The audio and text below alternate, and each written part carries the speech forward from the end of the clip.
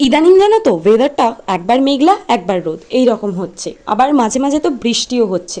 সেই জন্য গতকাল দিদি আর আমি বাচ্চাদেরকে খাইয়ে আসার পরে ভাবলাম তিনজন মিলে একসাথে ছাদে ওয়েদার এনজয় করতে করতে বসে চা খাবো। ঠিক যেমন কথা তেমন কাজ, চটপট করে সমস্ত ধরনের জিনিসপত্র সরঞ্জাম নিয়ে আমরা পৌঁছে গেলাম ছাদে একসাথে বসে চা খাওয়ার জন্য। কিন্তু অত সুকার আমাদের কপালে লেখা কই, তাই জন্য যখনই আমরা গিয়ে ছাদে পৌঁছালাম তখনই রোদ হয়ে গেল। কিন্তু কোনো কিছুই আমাদেরকে আটকাতে পারে না, তাই জন্য আমরা সেই রোদ্দুরের মধ্যেই একটু ছাওয়া খুঁজে নিয়ে বসে পড়লাম চা খাওয়ার জন্য। আর আমাদের বাড়িতে যেহেতু কনস্ট্রাকশনের কাজ হচ্ছে, তাই জন্য আমরা আরও আমাদের যারা কাজ করছেন বাড়িতে সবাই মিলে একসাথেই বসে চা খাচ্ছিলাম। মধ্যিখানে আরও একজন বড় অতিথি এসে হাজির হয়েছিল, যাকে তোমরা ভিডিওয় দেখতেই পাচ্ছ। কনস্ট্রাকশনে কাজ হওয়ার জন্য যেহেতু গেট খোলা থাকছে, তাই জন্য ওনারা সবাই আমাদের বাড়িতেই ইদানিং থাকছেন।